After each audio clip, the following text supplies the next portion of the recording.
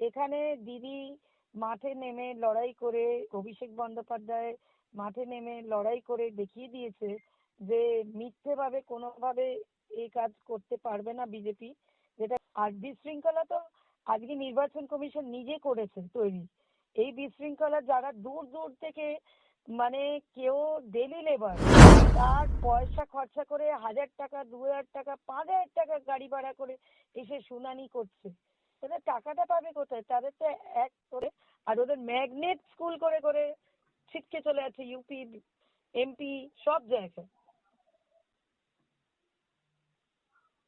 কত দূরে ছাত্র ছাত্রীদের পাঠাতে চাইছে না তাদের গার্জেন, এবং তার জন্য তাদের বাচ্চা, ভাই বোনগুলো বাচ্চা ছোটদের রাখছে, তারপর বিয়ে দিয়ে দিচ্ছে। কিন্তু আমাদের বাংলা তো অনেক এগিয়ে নিয়ে গেছেন দিদি। যতই ভর্ৎসনা করুক, কুৎসা করুক, বাংলা এগিয়ে যাবে।